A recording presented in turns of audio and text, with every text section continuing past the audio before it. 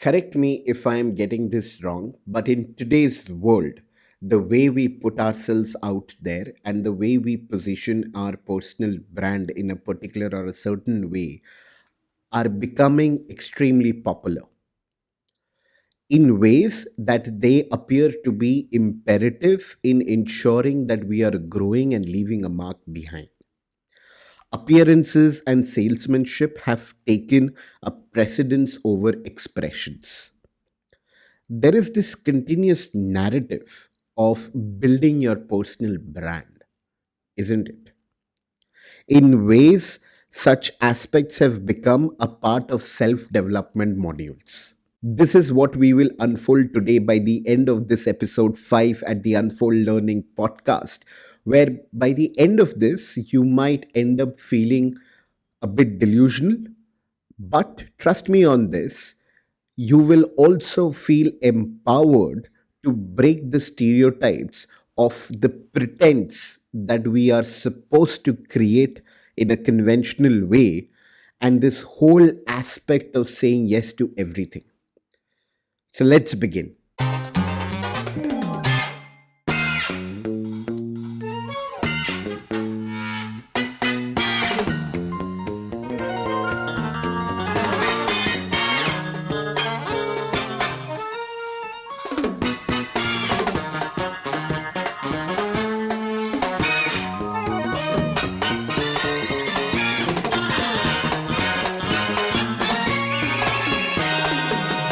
The advancement of technology, with that, the interconnectedness has increased, and honestly, I am not against it.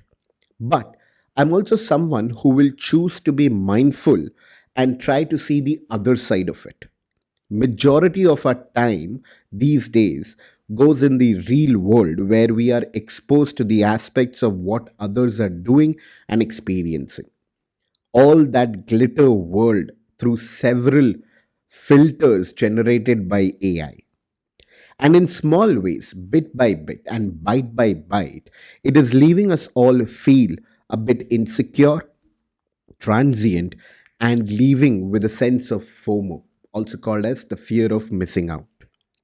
Furthermore, when we get into the professional setting, aspects like personal branding, networking, leveraging all opportunities, presenting yourself, the craft of salesmanship, etc., etc., etc., are becoming the fundamentals of growth and progress. With all of this that is surrounding us across all spaces, irrespective of who you are, where you come from, in today's world, slowly and in a very subtle way, the definition of success is about being measured by how much we are able to say yes to. And that fundamentally is leading to an aspect where individuals are fearing to reject or say no because there is that sense of losing out on something.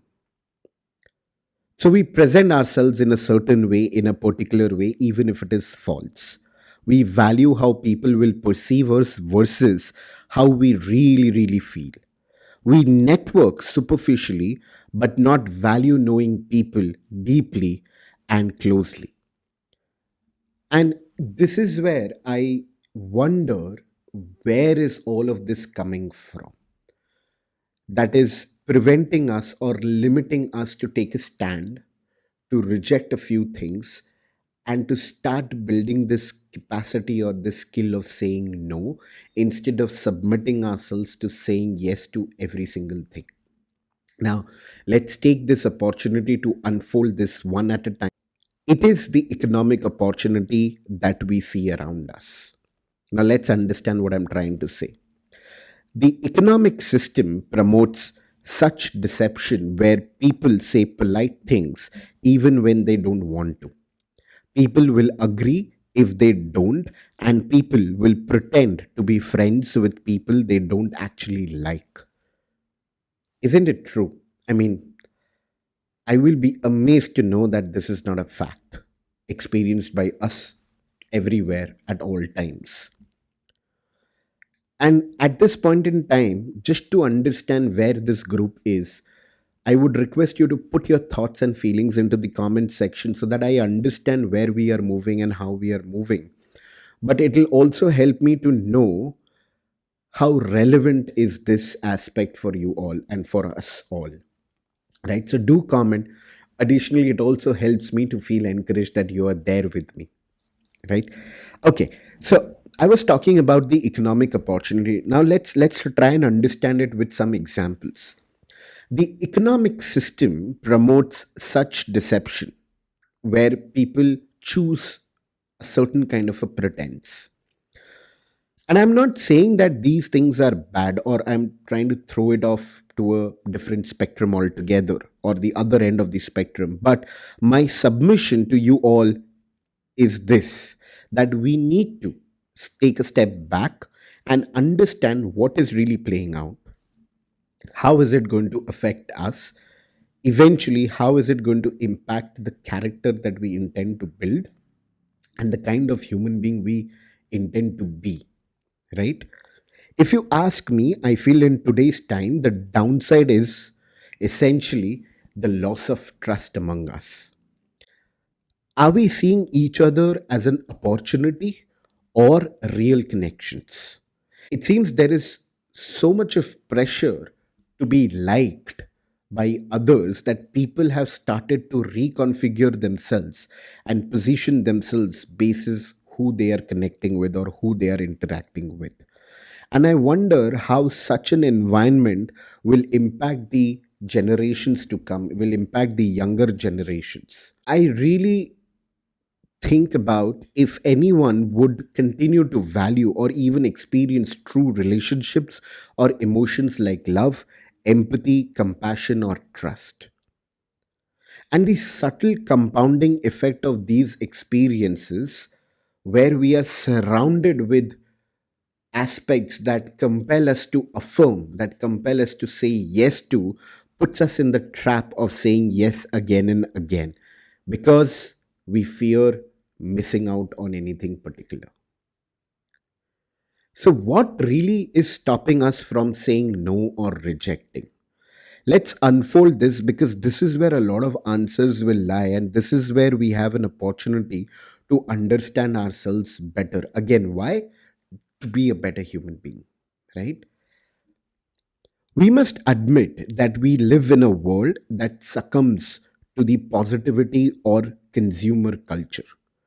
Many of us have been indoctrinated with the belief that we should try to be inherently saying yes to everything and affirmative as possible, be it the advertisements that we see, be it the influencers that we scroll through, even be it the application that we choose to download with the terms and conditions. We are compelled to say a yes in a very subtle way. The account that we would want to create on social media, we are saying a lot of yes to different things without even thinking or being mindful, right? A lot of self-help books, right, that we read, all of these aspects in a very subtle way tells us to be open to everything, to be open about all opportunity and say yes to everything and everyone. That's where my problem is. Again, I will reiterate the fact that the idea that I'm trying to establish and the way I would want to submit myself is for us to take a step back and think about how often are we able to say no to people, to say no to things, and then in retrospect realize that, oh, we should have done that or we shouldn't have done that, right? That is the premise of this particular topic. Because consumer culture is very good at making us want more and more.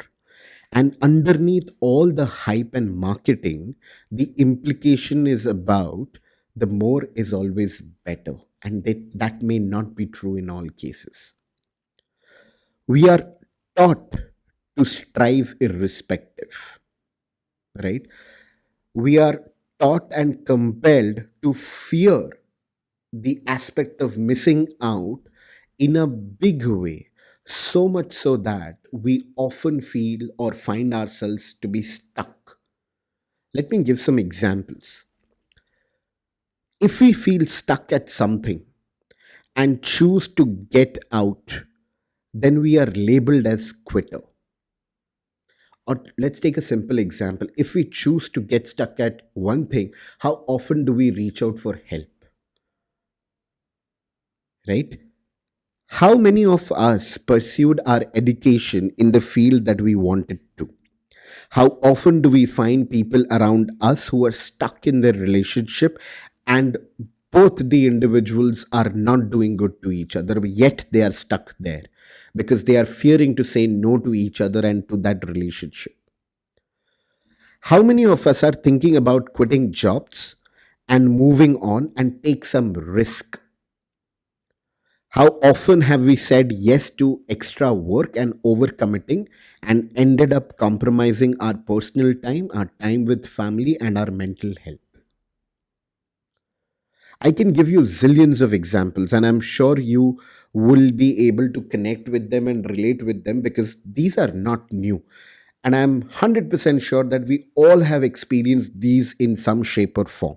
In some shape or form, where we are saying yes to everything and anything, and we are just thriving and not thriving. Because there is always that lingering fear that stems in from the fact that what if I miss XYZ? What if people think XYZ? And that's the rut that we are stuck in, which leads to the avoidance of rejection and saying no. The avoidance of rejection or saying no, both giving and receiving, is often sold to us in a way that makes ourselves feel better or worse. But avoiding rejections or saying no gives us a short term pleasure by making us directionless and spineless in the longer run. So, this is my submission that we need to start saying no. Otherwise, we stand for nothing. If nothing is better or more desirable than anything else, then we are empty. For live our lives without any purpose and end up glorifying this whole question of what is my purpose, right? I believe in this because to truly appreciate something, one must confine themselves to it. There is a certain level of joy and meaning when you have spent decades investing in a single relationship, a single craft, a single career, and you cannot achieve those decades of investment without rejecting or saying no to alternatives. There is a reason why it is said that 10,000 hours will lead to that level of excellence, because you build the capacity to say no or to reject to things. And this is the premise of unfolding today. This is what I would want you to unfold and take back. If I value integrity and honesty with my relationships, then I will choose to make my marriage the most important thing and say no to all forms of distractions in any manner they would come across to me. If I deeply value friendships, then I will choose to say no to the superficial networking scheme that exists around me, because I will connect only if I want to connect, not because I see an opportunity in someone or I see a leverage in someone. That's what I'm saying no to. These are healthy decisions and require rejection and saying no. To value something, you need to start saying no, right? Or let me put it in this way, because I know you might counter me saying that, oh, then are you trying to say that we should say no to everything? We should never say no. Let's not oversimplify things. What I'm trying to say is always be mindful of what you're saying yes to and what you're saying no to. right? Because it's two ends of a spectrum. If you pick one, the other will automatically get picked, and therefore that mindfulness is important, and therefore it is important to understand what would you choose to say no to. Remember, we are defined by what we choose to reject or say no to. Those who don't understand this eventually leave a valueless, pleasure driven, self absorbed life, and all they give a damn is about how to survive a bit longer. In a simple way, honesty is a natural human craving, but part of having that honesty in our lives is becoming comfortable with rejection and saying no or hearing no. This makes our relationships better and emotional lives healthier. So now let us summarize what we have unfolded and talked about. And as we conclude, I would want to leave you with a food for thought. Yeah. So, as humans, we are often happier with less. Don't get me wrong. In no way, I'm not saying that you need not be ambitious, you need not have audacious goals. You should. And that is a different thing. But what I'm trying to say is with the context of saying no and rejecting.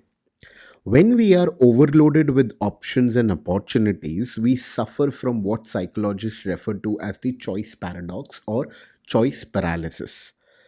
Basically, the more choices that we have, the less satisfied we become with the choice that we made.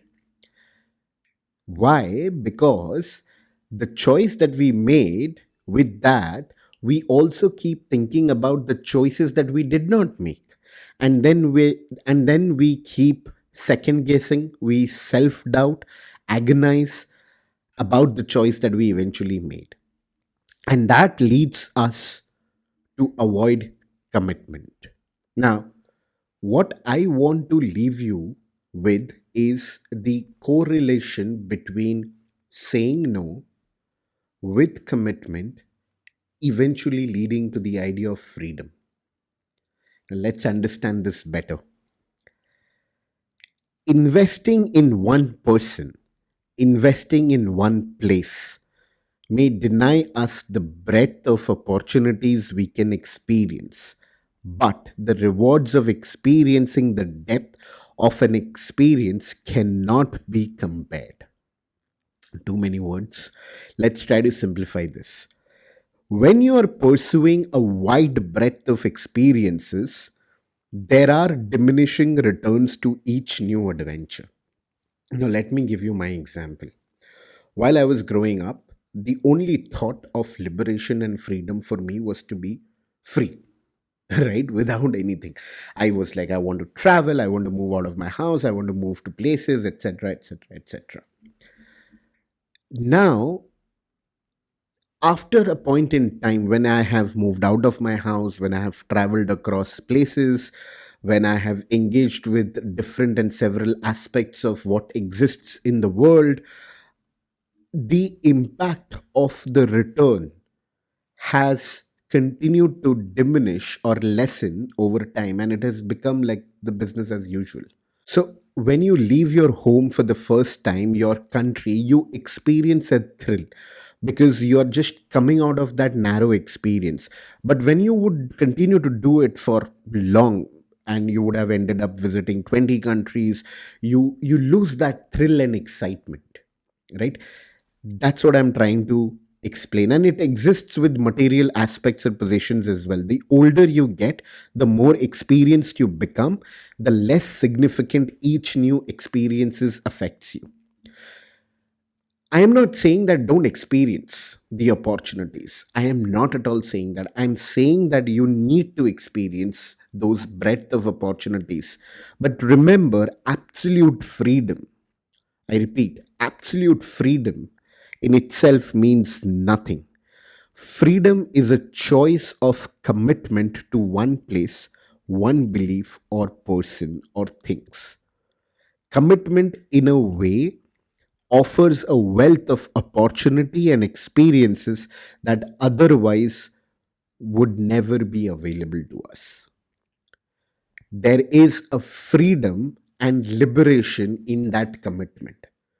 I hope you are able to make the connection in terms of what I'm trying to say by pushing you to think of saying no, which will lead to commitment and that will eventually lead to liberation or that freedom.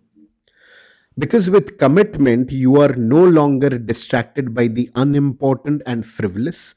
Commitment hones your attention and focus, directing them towards things that are most efficient at making you healthy and happy. Commitment makes decision making much easier. You don't experience the choice paralysis. Like I said, I agree that even the breadth of experience is important. Of course, you should, you must, you have to explore. But my submission to you is to explore with the lens that will help you to understand what is worth investing yourself in or with. And remember, the depth is where the gold is buried, and you have to stay committed to something to dig deep and find it. Relationships, career, lifestyles, health, and everything. That's my time. Thank you very much for being here. I've been told that by the end of the videos, it's almost like a 10% of the group versus those who have joined at the start. So I hope you're in those 10%. Do not forget to subscribe this channel. Unfold Learning Podcast. A lot of content is brewing for you all, and my effort and commitment is to come in and improve one thing at every single time with every single episode. I hope you liked the content. Do subscribe to the channel. You can follow me or the Unfold Learning Podcast on Instagram for regular updates. Do leave your comment. It just helps me to understand where the group is. And also, it is always extremely encouraging to engage in a constructive discussion and also engage with folks who are out there. Um, that's it that I would leave you with. Till then, take care of yourself and remember you will always have a choice, and it is important to internalize the skill of saying no to experience happiness and freedom.